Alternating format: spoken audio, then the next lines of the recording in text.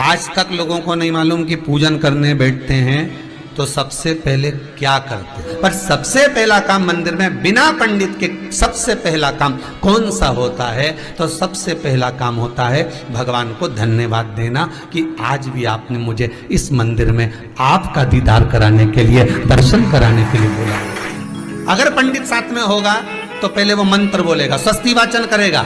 स्वस्ति वाचन करने में उसको अर्थात भगवान के लिए भी प्रसन्नता और आपके लिए भी प्रसन्नता। पर आपके पास कोई ब्राह्मण नहीं, आपको कोई स्तुति नहीं आती, आपको कोई मंत्र नहीं आता, आपको कोई साधना नहीं आती, आपको कोई तप नहीं आता, पर आप इतना तो कर सकते हो कि भगवान के मंदिर में जाकर उनको धन्यवाद दे सकते हो कि तेरी कृपा है जो मुझे चलकर यहां तक बुला लिया, 2 कदम चलाया, यहां तक बुलाया, ये तेरी कृपा है। और बड़ी कृपा करी जो डलिया भर के पूजन का सामान भी लाई, बड़ी कृपा करी जो दूध भरकर भी लाई, बड़ी कृपा करी जो कलश भरकर भी लाई। कितने लोगों का फायदा है कलश भरकर मंदिर ले जाने में? देखिए जरा कितने लोगों का फायदा।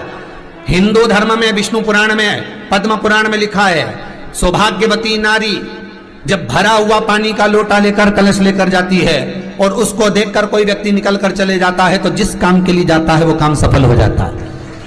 मंदिर का ही लोटा,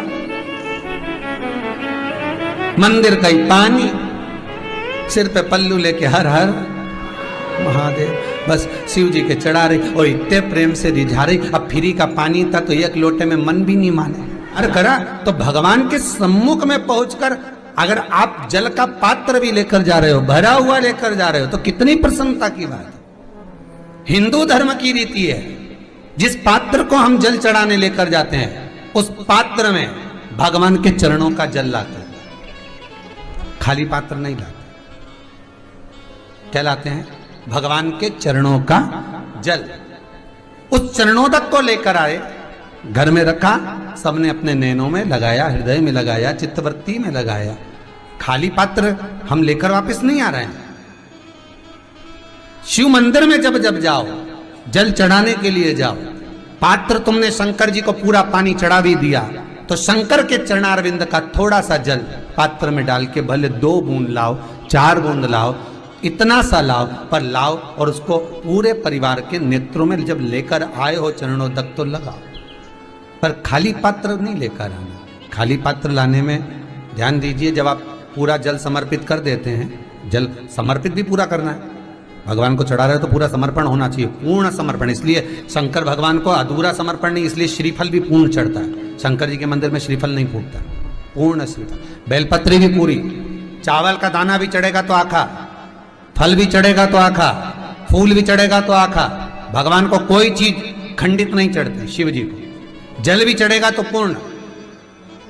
जिस जल को चढ़ाने के लिए लेकर गए उसको बचाकर नहीं लाना है शिव मंदिर में से, संपूर्ण भाग, क्योंकि भगवान के चरण की रज जब हमारे घर में प्रवेश करेगी तो हमारा आत्म कल्याण तो स्वतः ही हो जाएगा। शिव करुणा कर ही देंगे। पर कई लोगों की आदत रहती है, और आपने भी गलती करी होगी, गए होगे, चढ़ाकर भी आए होगे, पूरा पानी भी उंडेल कर आए होगे, चढ़ा भी दिया, छोड़ भी आए, पर लेकर नहीं आए होगे।